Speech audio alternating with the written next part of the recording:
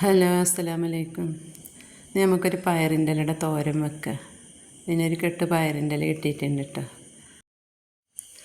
ഇല നന്നായി കഴുകിയിട്ട് അട്ടിക്കട്ടിക്ക് ഇങ്ങനെ വെക്കുക. ഓരോന്നോരോന്ന് എടുത്തിട്ട് വെക്കുക. എന്നിട്ട് ചെറുതാക്കിയിട്ട് നമ്മൾ അരിഞ്ഞെടുക്കുക. അതിൻ്റെ ഇലയുടെ ഉള്ളിൽ വല്ലതുണ്ടോ എന്നൊക്കെ നോക്കണം കേട്ടോ. ഇനി 2-3 പ്രാവശ്യം നല്ലോണം കഴുകിയിട്ട് ഒരരിപ്പയിലേക്ക് ഇട്ടിട്ട് വെള്ളം വാരാൻ വെക്കുക. ഇനി അതിലേക്ക് നമുക്കൊരു അരപ്പ് വേണം. ഒരു പിടി തേങ്ങ, പിന്നെ കുറച്ച് ചെറിയ ഉള്ളി, പിന്നെ വെള്ളുള്ളി, പച്ചമുളക്, അതൊക്കെ പാടെ മിക്സിയുടെ ജാറിലിട്ടിട്ട് ഒന്ന് ഒതുക്കിയെടുക്കണം. അതിലൊരു നുള്ളു മഞ്ഞൾപ്പൊടി ഇടണം. ഇനി ഗ്യാസ് കത്തിച്ചിട്ട് ഒരു ഉരുളി അടുപ്പത്ത് വെക്കുക.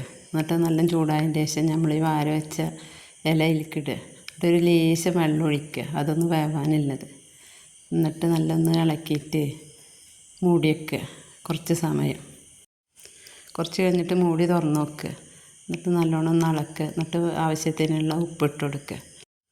നന്നായി ഇളക്കി കൊടുത്തതിന് ശേഷം നമ്മൾ അരച്ച് വെച്ച അരപ്പില്ലേ, അതൊന്ന് അതിലേക്ക് ഇട്ട് കൊടുക്കുക.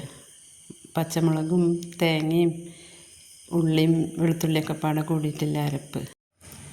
അതിന് ശേഷം നമ്മൾ വെളിച്ചെണ്ണ ഒഴിച്ചെടുക്കുക. എന്നിട്ട് ഇളക്കുക. എന്നിട്ട് തട്ടിപ്പൊത്തി വെച്ചിട്ടൊന്ന് മൂടി വയ്ക്കുക. എന്നിട്ട് ഗ്യാസ് ഓഫ് ചെയ്തോളും.